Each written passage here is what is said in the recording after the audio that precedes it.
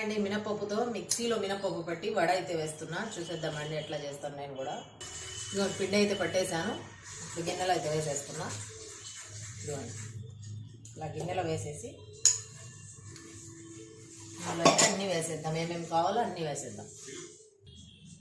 ఇదిగోండి పిండి, ఉల్లిపాయలు, కొద్దిగా జీలకర్ర, కొద్దిగా ఉప్పు, ఇదిగోండి ఉప్పు,